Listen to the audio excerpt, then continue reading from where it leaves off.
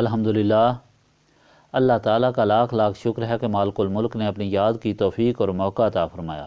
لاکھوں اور کروڑوں درود حضرت محمد مصطفیٰ صلی اللہ علیہ وآلہ وسلم پر، جن کے طفیل مالک الملک نے یہ مہربانی عطا فرمائی۔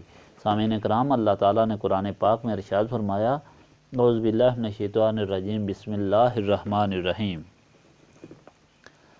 وَإِلَىٰ ثَمُودَ أَخَاهُمْ صَالِحًا قَالَ يَا قَوْمِ اعْبُدُوا اللَّهَ مَا لَكُم مِّنْ إِلَٰهٍ غَيْرُهُ هُوَ أَنشَأَكُم مِّنَ الْأَرْضِ وَاسْتَعْمَرَكُم فِيهَا فَاسْتَغْفِرُوهُ ثُمَّ تُوبُوا إِلَيْهِ إِنَّ رَبِّي قَرِيبٌ مُجِيبٌ۔ قَالُوا يَا صَالِحُ قَدْ كُنتَ فِينَا مرجوا قبل هذا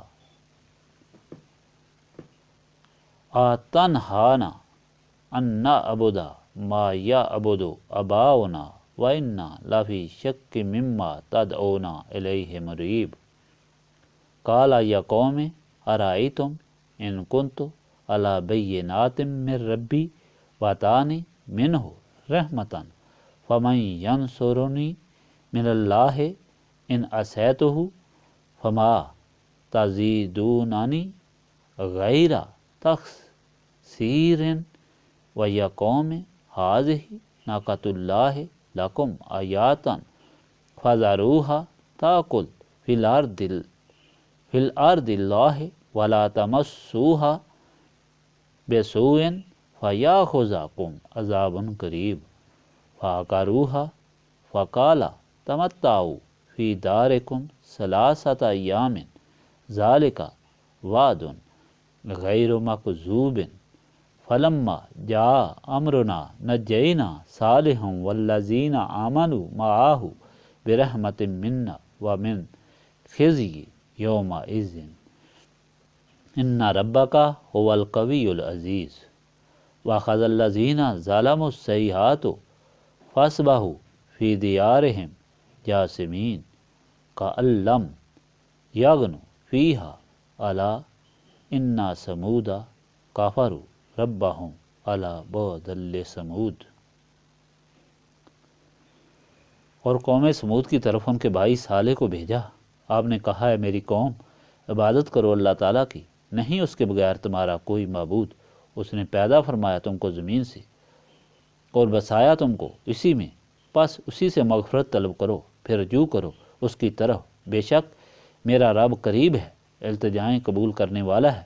انہوں نے کہا ہے صالح، تم ہی ہم میں ایک ایسے شخص سے جس سے امیدیں وابستہ تھیں اس سے پہلے، کیا تم روکتے ہو ہم کو اس سے کہ ہم عبادت کرتے ہیں ان کی جن کی عبادت کرتے تھے ہمارے باپ دادا؟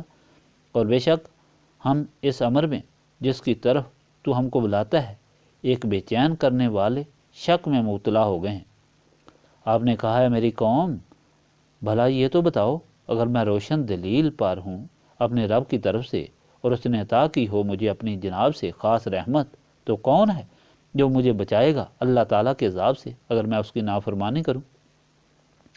تم تو نہیں کرنا چاہتے سوائے نقصان کے، اور اے میری قوم، یہ اونٹنی تمہارے لیے نشانی ہے، پس چھوڑ دو اس کو، کھاتی رہیں میرے اللہ تعالیٰ کی زمین میں، اور نہ ہاتھ لگاؤ اس کو برائی سے ورنہ پکڑے گا تم کو عذاب بہت جلد۔ پس انہوں نے اس کی کونچیں کاٹ ڈالی۔ تو صالح نے فرمایا، لطف اٹھاؤ اپنے گھروں میں 3 دن تک، یہ اللہ تعالیٰ کا وعدہ ہے جو جٹلایا نہیں جا سکتا۔ پھر آیا جب ہمارا حکم تو بچا لیا ہم نے صالح کو اور انہیں جو ایمان لائے تھے اس کے ساتھ اپنی رحمت سے، اور رہائی دی انہیں اس دن کی رسوائی سے۔ بے شک تیرا رب ہی بہت قوت والا، بہت عزت و غیرت والا ہے۔ اور پکڑ لیا ظالموں کو ایک خوفناک کڑک نے، اور صبح کی انہوں نے اسی حال میں کہ وہ اپنے گھروں میں گھٹنوں کے بل گھرے پڑے تھے، اوندھے، گویا وہ یہاں کبھی آباد ہی نہیں تھے۔ سنو، سمود نے انکار کیا اپنے رب کا، سنو بربادی ہے سمود کے لیے۔ اللہ تعالیٰ نبی پاک صلی اللہ علیہ وآلہ وسلم کے زمانے کے منکرین کو گزشتہ رسولوں سے بغاوت کرنے والوں اور اطاعت کرنے والوں کے انجام سنا کر یہ ہدایت فرما رہا ہے کہ اللہ تعالیٰ کے رسول جو آخری رسول سید المرسلین صلی اللہ علیہ وآلہ وسلم ہیں ان کی اطاعت اختیار کی جائے۔ اور نصف رسولی صلی اللہ علیہ وآلہ وسلم حاصل کی جائے، کیونکہ یہی نجات اور سرخروئی کا ذریعہ ہے۔ اسی سلسلہ میں آپ کو حضرت نوح کا واقعہ اور پھر آپ کی نسل سے ہی حضرت ہود کا واقعہ سنایا گیا، اور یہ ہدایت دی گئی کہ اطاعت رسول کے بغیر کامیابی یا نجات نہیں۔ بغاوت اور نافرمانی تباہی کا سبب ہے، اور کامیابی اور اللہ تعالیٰ کی مہربانی حاصل کرنے کا طریقہ یہ ہے کہ فوراً اللہ تعالیٰ کے رسول کی اطاعت اختیار کر لی جائے، اور پھر استغفار کر کے اپنے رب سے اس کا فضل مانگا جائے۔ اور جو اس طرح ایمان لا کر استغفار کر کے اللہ تعالیٰ کی طرف رجوع کرتے ہیں، اللہ تعالیٰ ان کے گناہ معاف کر دیتا ہے اور دنیا میں بھی خوشحالی عطا کرتا ہے۔ گویا نصف رسولی صلی اللہ علیہ وآلہ وسلم حاصل کر کے اطاعت کامل اختیار کرنی چاہیے، اور اس کے ساتھ استغفار کر کے اللہ تعالیٰ سے خوب مانگنا بھی چاہیے۔ اس کے خزانوں میں کمی نہیں، وہ استغفار کرنے والوں کو بے شمار عطا فرماتا ہے۔ آج کا فرمان بھی حضرت صالح کے متعلق ہے، جو قوم سمود سے تھے۔ آپ حضرت ہود سے 100 سال بعد مبعوث ہوئے۔ اس وقت شیطان نے پھر لوگوں کو گمراہ کر دیا تھا۔ آپ نے لوگوں تک اللہ تعالیٰ کا پیغام پہنچایا کہ اللہ تعالیٰ کی عبادت کرو، اس کے بغیر کوئی معبود نہیں، کیونکہ اس کے بغیر نہ کوئی خالق ہے، نہ کوئی مالک ہے، نہ کوئی رازق ہے، نہ کوئی پیدا کرنے والا ہے، نہ کوئی مارنے والا ہے، اور نہ پھر اٹھانے والا ہے۔ حضرت صالح کی عمر 280 سال تھی۔ آپ بہت خوبصورت اور تندرست سے، ان کی قوم یمنی ہے، ہجرت کر کے حجاز میں آباد ہوئی تھی۔ یمن کی سرحد پر یہ لوگ بہت خوشحال تھے، ہر قسم کی نعمتوں سے مالا مال تھے۔ انہوں نے پہاڑوں پر پتھر تلاش کر کے بہت خوبصورت مکان بنائے تھے۔ انہوں نے یہ بھلا دیا تھا کہ حضرت ہود کی دعا سے انہیں خوشحالی ملی تھی، لیکن جنہوں نے حضرت ہود کی اطاعت اختیار نہ کی اور بتوں کی پرستش ہی میں مبتلا رہے اور عیش و عشرت میں غافل رہے، ان کو اللہ تعالیٰ نے سخت عذاب سے نیست و نبود کر دیا تھا، جس کا ذکر پہلے ہو چکا ہے۔ یہ لوگ پھر ایسا ایسا شیطان کی ماں پر گناہوں اور سرکشی میں مبتلا ہو کر بت پرستی کر رہے تھے۔ حضرت صالح کو 40 سال کی عمر میں جب نبوت ملی اور حکم ہوا ہدایت کا، تو آپ نے عید کے موقع پر جب وہ سب اکٹھے تھے تو آپ نے ان میں یہ اعلان کیا کہ تمہارا رازق و مالک اور معبود اللہ تعالیٰ ہے، جو وحدہ لا شریک ہے، اس کے بغیر کوئی معبود نہیں، کیونکہ اس کے بغیر کوئی مالک، خالق اور رازق نہیں۔ اس لیے ہوش میں آؤ اور توبہ کر کے اس کے احکام کی اطاعت کرو، تاکہ تمہارے حالات اور بہتر ہوں اور تم اللہ تعالیٰ کی ناراضگی سے بچ جاؤ۔ ان لوگوں نے جواب دیا کہ اے صالح، تم بہت خوبصورت، عقل مند اور صحت مند آدمی ہو۔ ہم تم سے بہت ہی امیدیں لگائے بیٹھے تھے کہ تم اپنی قوم کے لیے بڑے مفید ثابت ہوگے، مگر یہ تم نے کیا کہنا شروع کر دیا ہے؟ جو کام ہمارے آباء و اجداد کرتے تھے، اس سے ہمیں منع کرتے ہو۔